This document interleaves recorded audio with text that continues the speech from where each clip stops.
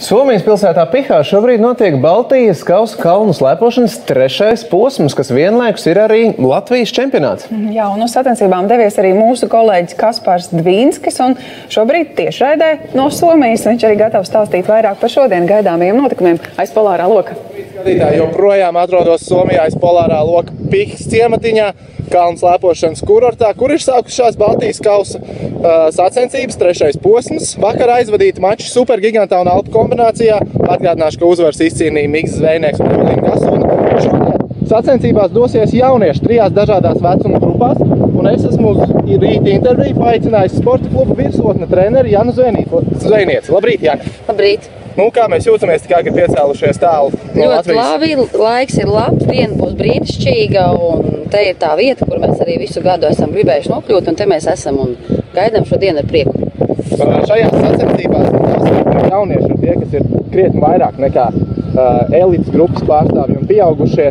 Cik tavā sporta klubā no virsotnes, cik mums būs jaunieši? Šodien mums piedalās 19 jaunieši, 11 meitenes un 8 puiši. Rītā pievienosies vēl 3, un parīt mazo bērnu sacensībās būs vēl 12 bērni. Jā, un kā, vai jauniešiem un bērniem šie ir galvenie mači sezonā? Vai šo viņi gaidīs vairāk? Jā, šīs ir galvenās sezonas sacensības. Šeit ir arī Latvijas jaunības čempionāts, Baltijas kauss. Šis ir skolas brīvlaiks. Tā ir ļoti labi iespēja paslēpot, izslēpoties, un tiešām mēs visi kopā arī gaidām šīs kā galvenās sezonas sacensības. Un labi, tu pateici, cik ir jaunieši šeit atbraukuši Somijā, bet visi nav no virsotnes šeit. Cik kopā bērnus un jaunieši tu trenē Latvijā?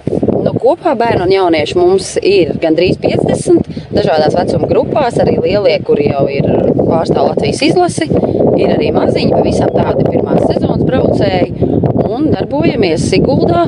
Visu sezonu esam slēpojuši, neesam izlaiduši nevienu treniņu, neskatoties uz varbūt netik tādu sniegoto ziemu.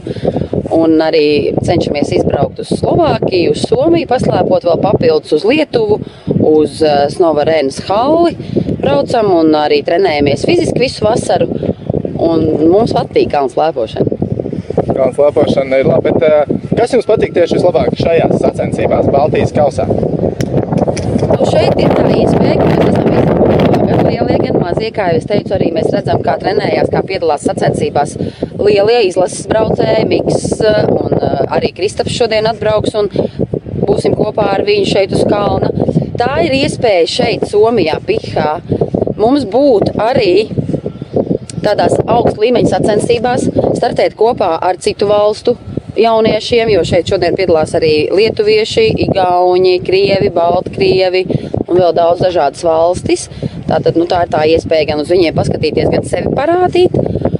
Te ir arī tas kalns, kas ir visiem līmeņiem pieejams, kur arī var slēpot maziņie U10 bērniņi, 5-gadīgi, 6-gadīgi, 7-gadīgi. Viņi šeit var slēpot arī kopā ar mamām un tētiem. Un, protams, ka daudz vecāki izmanto to iespēju un atbrauc šeit skolēnu brīvlaikā arī ar visu ģimeni un visi kopā paslēpo. Un šeit vienmēr ir labs kalns, šeit īstenībā vienmēr ir tie īpašie ziemas apstākļi, un tas ir tas, kas mums tieši šeit katru gadu ļoti patīk. Paldies, Jan. Noteikti jūs mācat slēpot ne tikai maziem bērniem, bet arī jau pieauguši cilvēki, kas grib slēpot.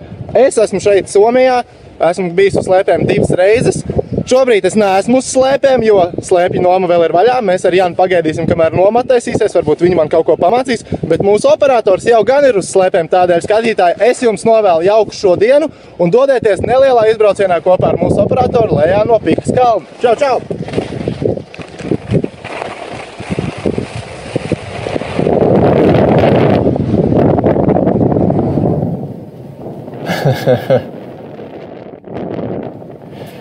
Ja mēs redzam skaistu, kā paņem virāžu LNT operators tiešraidē Somijā, tas ir, un cik jauki 21. gadsimts. Viņi tur, mēs šeit sēžam Rīgā. Visi kopā.